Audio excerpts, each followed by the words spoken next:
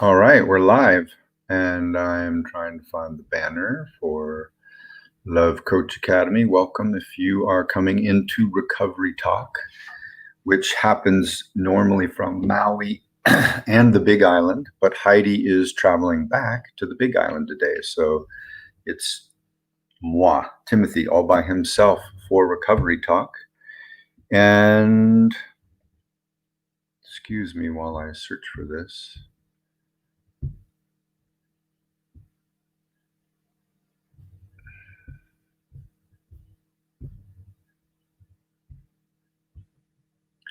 Here we'll put Heidi Loves banner first, and then I'll find Love Coach as we're going. So Recovery Talk happens every Tuesday at 5 p.m. during the winter time zone, time change, Pacific Standard Time. And it's usually hosted by Heidi Love and then co-hosted by myself, Timothy Earl. I am a coach that works with individuals and couples on all kinds of things, wedding vows to communication skills, sexual practices, rekindling the spark that was lost, as well as working with men and a few women, but mostly men, on life purpose, up-leveling their lives and getting them to the next level or where they would like them to be, integration, a whole gamut of things. And Heidi Love does very similar work. We both also work with addiction, and we both work with family systems. So if you need support or you're looking for a coach, please reach out to either one of us. You can find our contact information at HeidiLove.com, and you can find me at TimothyEarl.com.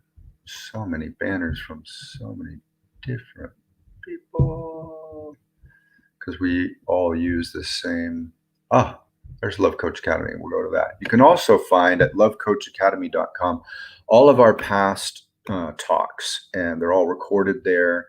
And we've covered such topics as codependency, love fantasy, love addiction, boundaries, communication. Heidi's really good at helping break things down into tools or linear steps, and I would highly recommend going back and watching them in order and catching up to where we are today. Today's talk is about sovereignty. What does it mean to truly love ourselves or be interdependent? And we're going to dive into that topic in a second.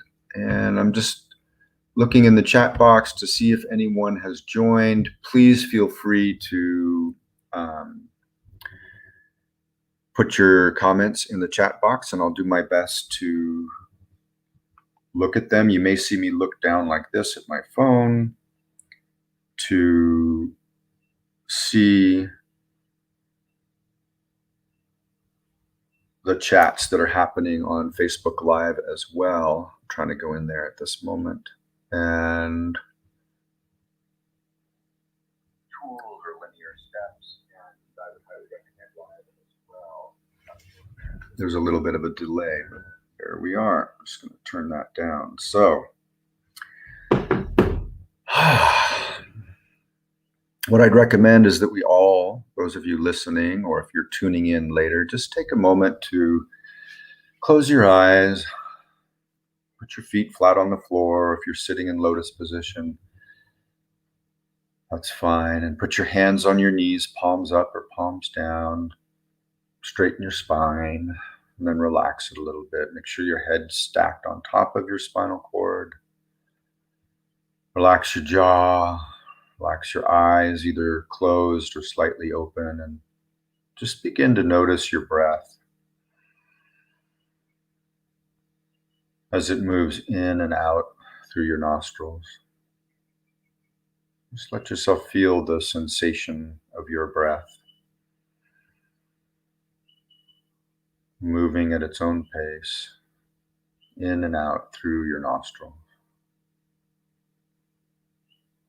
Notice any sounds you can hear in this moment that you're in. For me, it's birds and the wind chime, and then the spaces in between, the silence in between the sounds. Notice, if you will, the gravity pulling your body down towards whatever you're sitting on, your feet to the floor, your hands to your knees, your clothing around your skin, the sensation of the air moving in and out of your nostrils.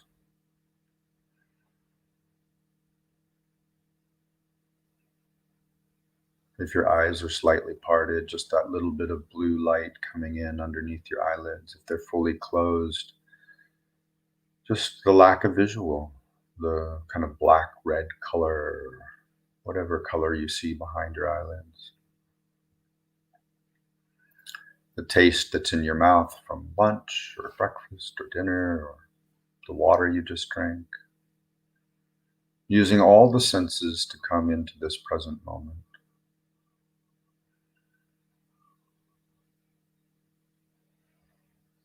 And then recognizing that there is a vertical line that moves through your body from the top of your skull to the lower part of your sit bones, separating you into right and left halves, called the midline, right nervous system, left nervous system. Some of the organs do not follow this pattern. The heart is off to one side, the liver is off to one side. But overall, there's a right and a left side, and a line down the middle. Just if you can, come into that vertical line. And then let's move into just our mind space. Is it chattery? Is it calm? Are you with the things that I'm saying, or are you elsewhere? Just noticing what the mind's doing is a great gift. It's really what meditation is just being aware of what's happening inside. Notice your throat. Does it feel tight, dry, constricted, open? How does it feel, your throat? How does your heart space feel? Expanded, contracted? How does your sternum feel? And your belly, your womb space, your organs, all the way down to your root chakra, your perineum, your sit bones, and down to your feet. And just paying attention to the earth below you. And if you will, imagine with me an aura or a heart magnetic field that emanates from your heart space at least 3 feet all the way around your body. And just allow that area to cleanse itself, and whatever is not yours or necessary in this moment to just dissipate from your mind, your throat, all these spaces, your heart, all the way down into the earth. Just releasing anything that is not needed right now. Coming truly into yourself, into your own sovereignty. The fact that you are absolutely connected to everything in the entire universe, visible and invisible. And at the same time, you are your own entity, your own unit, your own sovereign container for this expression that is you. And when you're ready, just take another few breaths, wiggle your fingers, wiggle your toes, open your eyes, and come join me for a discussion on what does it mean to be sovereign. And if you're with me, go ahead and feel free to put in the chat box anything that you'd like to mention or express around this concept of sovereignty. Other way to say it sometimes for people is loving oneself fully. Another way to look at it is where we are truly interdependent. Dependency is part of life because we are all interconnected. We need air, oxygen, so we need the trees and the plants, which need the earth. So we need the earth. And we need a healthy biosphere in order to exist in these human bodies.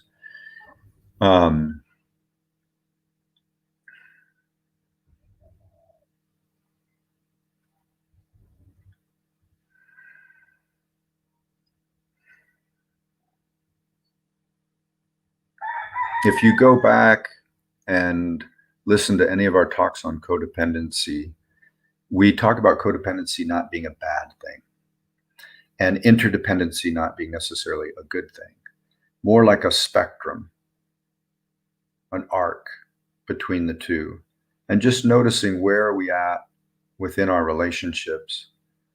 And ideally, we're moving over here towards interdependence. But if a couple or a relationship gets so interdependent, meaning so independent, that they're really separate from one another, often they lose their connection, their spark. If they get really, really codependent, often one of them will end up acting out in order to find their interdependence, their sovereignty. So it's this balance and this kind of dance between really connecting and being dependent on one another in a healthy way, and then at the same time having enough space to really appreciate one another and to never forget, to not forget oneself. And so I look at it as, for some of us, there's a spiritual being within us. Some are very scientific, and there's this idea that there is no spirit, there is no God, or whatever you want to call it. And so we could say there is a expression of oneself, personality structure. And we all, I think, agree we're having a human experience. And so I like to break it down into spirituality, mindfulness, heart, emotion. We might add the guts because they also have neurological function. And this brings us down into our root and down into the human experience, the animal, the body. So we have anywhere from 4 to 5 aspects that are coming through us and wanting to be expressed and need to be, in my opinion, expressed in an interdependent way. I don't believe most of us are wanting to exist without connection, and so it's interdependent. And a lot of us have had models expressed or shown to us that are really about codependency. And many times we think in relationship or in love that codependency is the way. And we can see this in relationships between children and parents, between siblings, between people who work together, between people who are in romantic connection. And we can see the opposite, where people are fiercely independent, and it's really difficult to be connected with them or to feel close to them.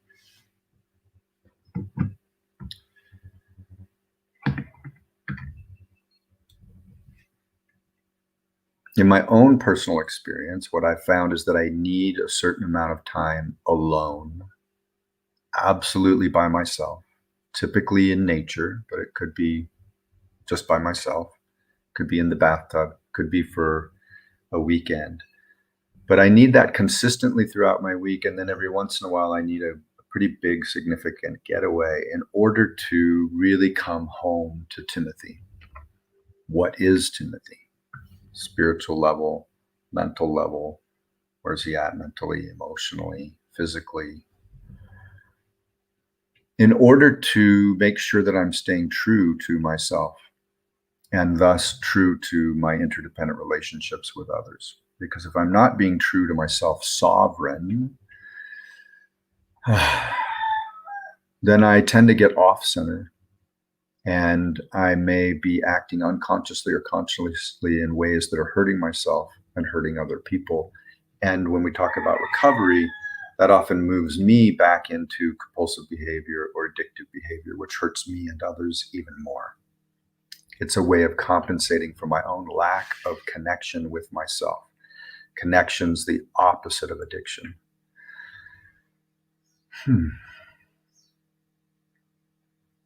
And yet, I long deeply to feel very connected with everybody that I resonate with.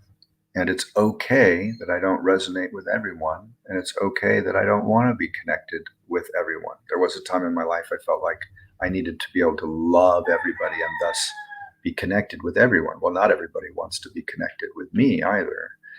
And separating out the difference between love, this universal force that gives rise to everything, or if we talk about it in physics, quantum terms, it's like the energy that exists in all particles, in all things, as large as we go within physics or as small as we go within physics.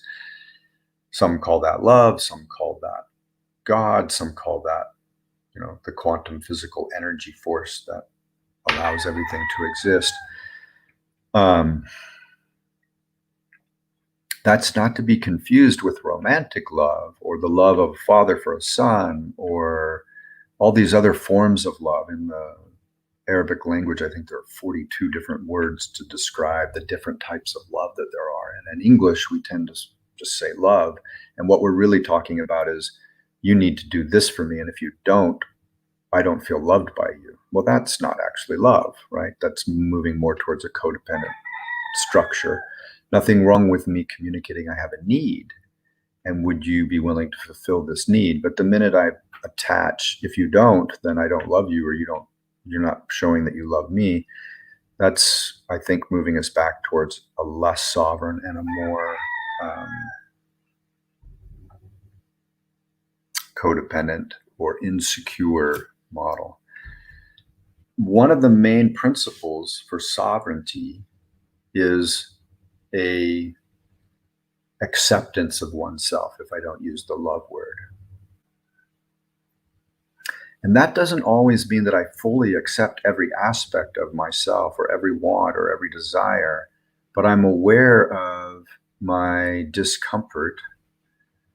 And so I then allow myself just to be in the discomfort and to really look deeply at where the discomfort is arising from. And usually in my work with myself and with my clients, it comes from a past experience or something I internalized along the way, soft or hard trauma. And by noticing where I'm not in acceptance of myself or an experience that I'm having, there's a gift underneath it. And that gift is integration, or really learning to sit with the discomfort and allow it to show me what's wanting internally to be recognized. An example.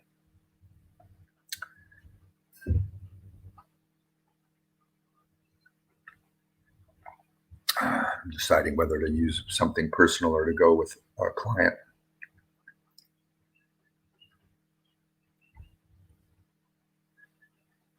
So I have a person that I worked with in my past who is very uncomfortable with light physical contact. As he began to recognize that and sit with that and look at where that comes from, there was a lot of hard abuse and soft abuse in his childhood from one of his parents and neglect from the other. And his system, his nervous system, became very comfortable with kind of firm or hard impact touch and never really experienced light or soft touch. And so when he is being touched softly or lightly, it's very uncomfortable. He doesn't like it. And it brings up, as he discovered, a acknowledgement or a recognition that there was a lack of attunement, a lack of connection in a soft, loving way from either of his parents, from early on all the way through his youthfulness. into his adulthood. And in that, he is becoming more sovereign because he's recognizing something.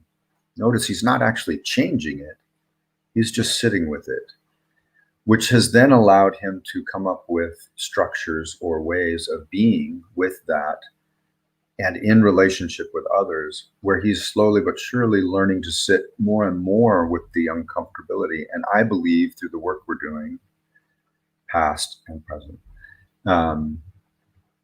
he will get to a place where he'll actually most likely begin to enjoy softer, lighter touch. And part of that is healing those soft and hard traumas that were that he was exposed to as a young child and young man. It's kind of an extreme example. Somebody else I'm working with is working on their compulsive addictive behavior around food, and the fact that from early on, modeled to them by their parents, they learned to soothe themselves through eating. And they eat food that is not good for them, and they eat food that is unnecessary to their health and their existence, but it does soothe their emotional state. So anytime anything's stressing them out, their first go-to is food. Again, as we've looked back at the veils of past pain, soft trauma, mostly soft trauma, there's been quite a few examples of why this coping mechanism has worked. And the way to change it is by sitting with the discomfort, changing the external habit of always going to the food. And as they've done so, they're discovering a deeper internal power within themselves to discipline themselves and to move towards their goals and sit in the discomfort. But it's not an easy thing. It's not something that just happens like that. It requires time and practice. And in this person's case, mindfulness is also an added tool that we're using. Why am I talking about this? Well, both these people are coming into a greater sense of sovereignty, a greater understanding of who and what they are in this moment, in all ways. But also, on the internal level, they're coming into an understanding that who they are is actually perfect just the way they are in this moment. And that if they want to alter or change something, the way I've found is the most effective is to embrace all aspects of themselves fully and to bring them back into a state of acceptance or love.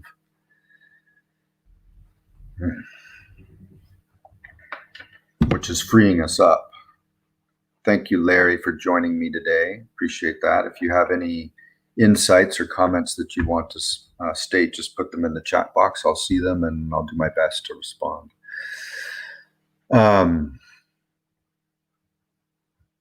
I personally believe, and this is my own personal belief, that we are here to become sovereign beings, fully integrated, and expressions of that light or that soul frequency that is within us, and to resonate that out. And that if we're all doing that in the most purest way, we're going to have an incredible time together.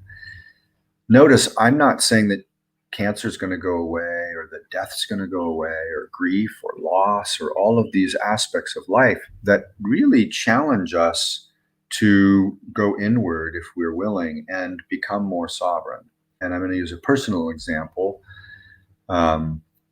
November of 2019, last year, almost for my birthday, November 7th, the doctors finally concurred with my intuition, which had been going on for about 7 months, that I had some kind of cancer in my throat. December something, they put a tube in my body so that when I went through chemo radiation and was no longer able to swallow at some point, which most people going through chemo radiation on the throat get to a place where they can't swallow food anymore, then that tube would be in my belly so that I could take food in that way. Well, the pain was similar to someone putting a knife in your body and leaving it there for a couple of days. And then the body, the abdominal muscles, and everything else contract around the tube, which they're supposed to, and pain subsides. Um, I have a pretty high tolerance for pain, but that was a lot. I'd say I was up at a 9, 10 for like 20-minute periods every once in a while. And my mind moved into fear and what the hell's happening and is this okay? And I went back to the ER and they checked me out. There was nothing wrong. Finally, when I saw the doctor on Monday or something, he was like, yeah, it's like I put a knife in your body. Of course it's going to hurt. But he didn't quite explain to me that was normal and what I would go through. In any case, in December, we started the chemo radiation after the tube got put in, and that began a 7-week journey that really, the depth of the worst part was 9 weeks afterwards, where I couldn't eat. I'm putting 5 meals a day through liquid food through my belly. And I'm in pretty excessive pain. I dropped down to 143 pounds. When I got to Hawaii, I was weighing 193 pounds. It's a 50-pound loss. I'm still recovering my weight. Why am I getting into any of this? I'm sharing this because the thing that helped me get through this whole process of chemo radiation, diet change, was mindfulness. And I meditated probably close to 10 hours a day because sometimes I couldn't sleep. And I would just focus on my breath, go deep into that midline and surrender.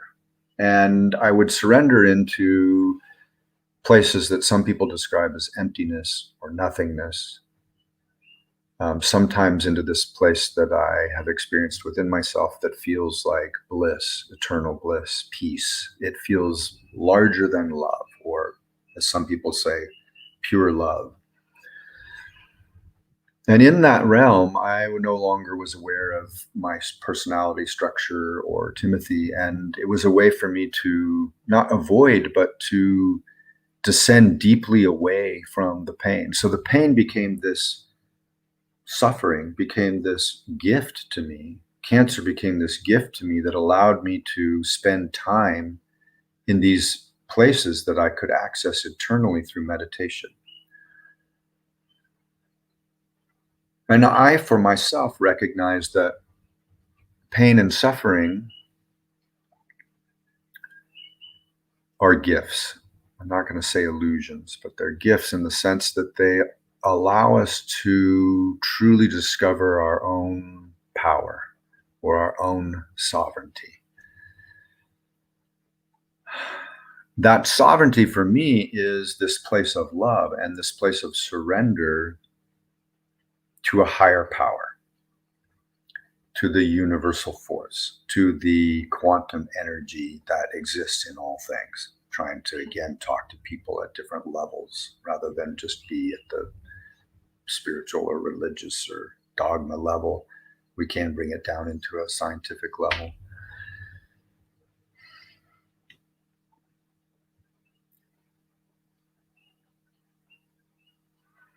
That has brought me to a place where I desire to relate with and exchange energy with, meaning be in relationship with people who also have a similar understanding of who they are. In that sense, I'm not needing something from someone else. I may have a want, I may have a desire, I may have an expressed need, but it's not coming out of a lack of love or a lack of acceptance or a lack of knowing who I am. It's coming out of a desire to express who I am honestly and openly and in a sovereign way with others who can do the same. And I have no expectation for them to change. And I have no desire to have someone else in my field who wants me to be different than I am or to change. Now, that doesn't mean I don't want feedback. And I don't want people to point out ways in which they can see that I am not being fully true to myself. But that's different than them defining me as imperfect, incomplete, broken, wrong. And if I could fix these things, then I would be more appropriate or fit their desires, their needs, their wants. So it's this beautiful dance between sovereign beings where we don't have to always be in each other's field. We can recognize, wow, you're a sovereign being, I'm a sovereign being, and we don't have um, shared core values or shared desires, and we can just allow ourselves to move our separate ways. Where I find it's difficult is when we are moving into a place where we're coming from a lack within ourselves and we're wanting the other or others to fulfill or serve us in a way that fills that lack or that hole within. That's not sovereignty. That's not a state of acceptance of oneself. That's a longing or a desire for someone else to complete us, and none of us are incomplete. All of us are whole, complete, and perfect exactly as we are, even if we're struggling with addiction or other things. Those are, again, gifts that are showing us that there's some internal acceptance work that needs to occur in order for us to come into a greater sense of sovereignty. But if you've struggled with addiction, the only way out is in. The only way out is acceptance. The only way out for me is surrendering to that higher power or to the present moment and recognizing what's driving the compulsive behavior, the addiction, meeting that at its core, and then it's easier to change the external behavior.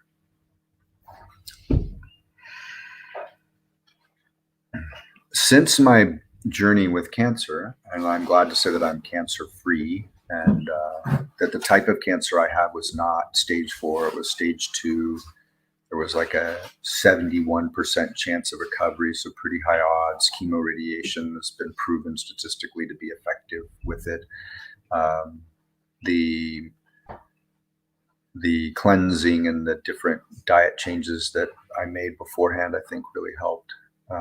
And then again, the mindfulness and a recommitment to the mystery of life and to being true to myself and honest. One of the things I discovered in the cancer journey in the deep meditation was that I had been dishonest with myself, dishonest in my core primary relationships with other people. And I was really hurting myself and very much hurting other people. There was a lot of deception going on, and that often took the form of a need to be everything for someone else rather than be true to myself, a desire to avoid conflict rather than lose the person that I loved, or the people that I loved. And because of that poor behavior on my part, there was a lot of added guilt and shame. And the cancer helped me go inward and look at all the different aspects of my life at that present time.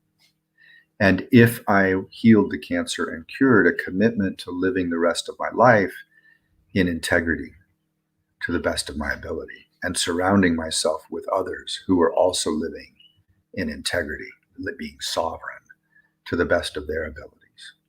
And a commitment to helping each other out, that interdependence. And I'm very much on the lookout, discerning for people who are not prepared or ready to relate with me in the way that I'm choosing to relate. No judgment, or healthy judgment, discernment, and being willing to let them go or to put up a boundary in order to maintain my sovereignty. This is different than being righteous about something. There's a humility and there's an openness to the fact that I may not know everything all the time. In fact, I know very little compared to what we're capable of knowing, or even what we're incapable of knowing. If you think of all the invisible and visible forces at play to make this human experience happen, I know very, very little. And yet my experience does show me that the more honest I am, and the more compassionate and empathetic I am in the process,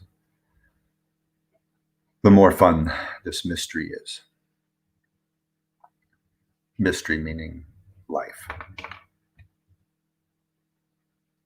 So again, if you have any comments or things you'd like to say about sovereignty or what it means to truly love yourself or to be interdependent in your relationships, love to hear from you in the chat box. And otherwise, I'm going to keep rolling on for another few minutes, maybe 15 minutes. And then next week, Heidi Love will be back here on Recovery Talk with me. And we've got some exciting things in store, some guests that we want to bring on to the show that we're working on. And we look forward to having you here with us.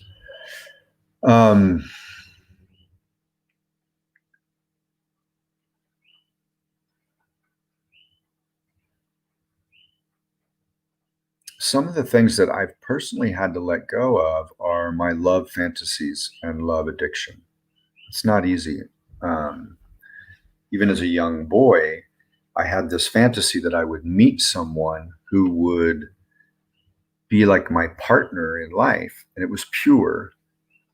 And we would spend our whole life together. We would make love together. We would love one another, support one another. All this is beautiful. But there was a hidden aspect of myself, a wounded little boy who, when his father left him at 9 years of age, left meaning divorced his mom, and really went to do good work on himself and good work in the world. He didn't mean to abandon his children. But what I internalized, like most young children, we internalize things before the age of 9, meaning we take in a belief structure or a concept and we're not aware of it. And mine was pretty simple. I'm different.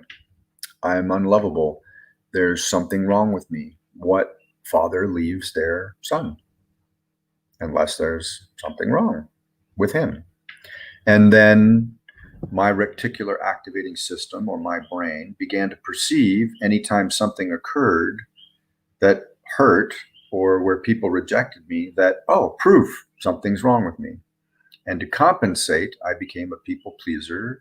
I became a good boy. I became somebody who would do anything to try to get people to like him. Well, nobody really likes deep down a people pleaser. We all, if you're being sovereign to yourself at all, you're like, why is this guy doing this? It must be, he's hiding something or something's off. And so I had a tendency to let other people like me get close. And the people I respected the most, I always thought, oh, well, they won't like me. They won't want to be my friend. And so I would either try to, seduce them, manipulate them to being my friend, which nobody likes, and they would put space between us, or I would just avoid them. So I ended up having really close to me people who hurt me and who were not very nice all the time. And this doesn't mean I can hear Gina and Dana, some of my good friends growing up, who are still good friends today, even though we don't see each other regularly, and lots of other people who truly loved me and were there for me the whole time and accepted me as I was. We were in sovereign relationship with each other. But up until about 13, I definitely had a kind of some groups of friends sometimes who were not so great, shoplifting, smoking pot, doing things we knew we weren't supposed to be doing. The list goes on. And thanks to my father who left, I became a part of a community of people who were doing what was called personal growth or Gestalt therapy, working on themselves, working on accessing their veils of past pain, reframing their patterns, empowerment. A lot of people call this transformational work. And that was a gift that really helped me heal a lot. But I didn't get down to this poor little boy part of me that I found so despicable or so ugly, so unwanted. I kind of had, if we use a metaphor, him locked up in a cave, deep in a wall, looked like the wall of China, so nobody could ever find the spot. And I had 2 guards outside who made sure he never got to come out, and I just left him there. But unfortunately, that part of me was looking for love from his mother, looking for love from his father, looking for love from others. and didn't know how to really love himself. And it was through the cancer and through, prior to the cancer, a therapist and a men's group for over a year, and I'm continuing to work on this. This is not a done project. Loving this little boy, this little part of my little boy. But through that work with the therapist, I found that little cell. I found those two henchmen. I let the boy out. I bathed him. I washed him. I loved him. I accept him. And I recognize that I'm the only one who can truly love that part of me.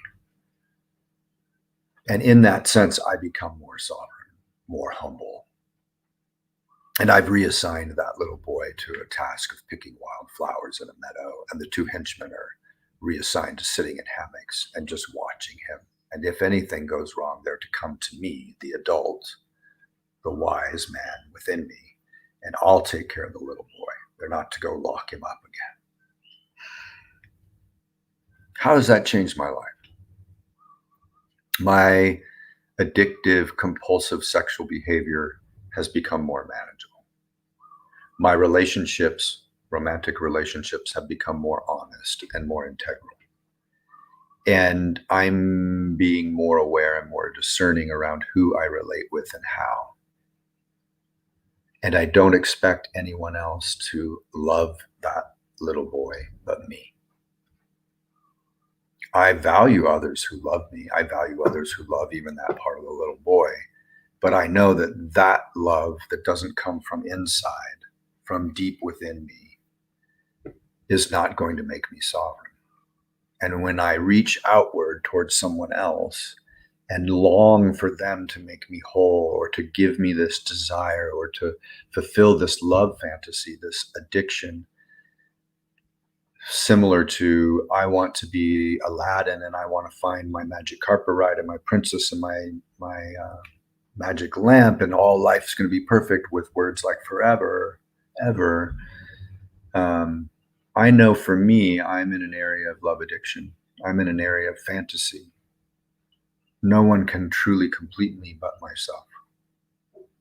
Now, once I am feeling whole and complete and perfect, recognizing that I always have been, always will be, then I find here on this island of Maui, this paradise, that I am relating with and receiving clients now who are also on the path of recognizing that they're sovereign and not falling into love addiction, but falling into a desire to have relationships that are a reflection of their own sovereignty.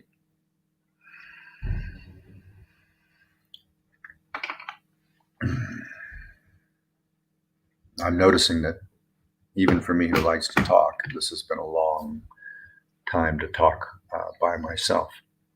And I'm also noticing that the gift in being able to do this, hopefully for others and myself, is that I am getting even clearer on what it means to truly love myself or to be sovereign and be in relationship with others who love themselves when sovereign. There is a surrender and a release of this beautiful longing that moves into love fantasy and love addiction back towards a love of Timothy, a love of who I am and all that has created me, painful, beautiful, good, bad, if you want to put words on it. An acceptance of this moment and such a great gratitude to be in this body, in this soul, with this soul, in this moment in time. So grateful for all the pain and all the suffering and all of the mistakes and all of the life experiences and all of the people who went through that with me. And a deep, humble, apologetic empathy for anyone that I harmed, including myself.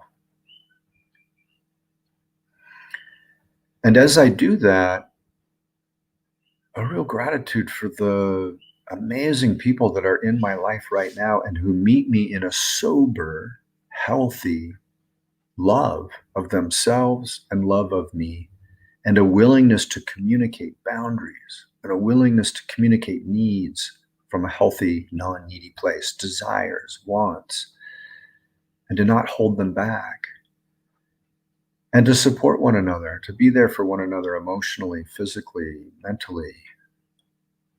Amazing. So, so grateful. And I'm recognizing that I was often in communities or in places where there was a lot of distortion, love addiction, love fantasy happening, projection happening without owning it. And I wasn't aware of the complexity of what was occurring. And I meant well. There was an innocence in me to heal others, to provide, to do good things. And it's so nice to come back to a place that each of us knows the path forward. As a coach, I am there simply to be a sacred mirror and to offer tools that I've learned when it's appropriate. Please let my clients always have the wisdom to reject them or accept them based on whether they're helpful or useful. And now approaching all the work that I do in the relationships that I have as people are perfect, complete, and whole, sovereign right now as they are. And to not label them or analyze them or put them in some category. So may we all recognize our sovereignty, recognize the fact that we are whole, complete, and perfect, and sit with that which we judge or deem or have locked away as wrong or uncomfortable, and learn to express those unmet needs, those desires, those wants in ways that allow others to meet us there and help us fulfill them, or really coming at times into a place of learning how to fulfill that within ourselves, so that we're not coming from neediness, but we're just coming from a pure expression, an expression that my want, my desire becomes a gift to myself and to you, even if you say no, because I'm so secure within myself that the no also is a gift to me and you, because it lets us know that this is not the person that's going to meet me in that want or that desire or that need, and that's okay. I still feel love. I still feel acceptance for my stuff. I still feel sovereign. And I may find someone else or other people or a different situation that wants to seize my want, my desire as a gift. And then we come together and fine tune it. And we have this amazing experience in these bodies, in this world, on this planet, spinning around this sun, moving like a bullet through emptiness in an organized, chaotic way. What a miracle we're all having.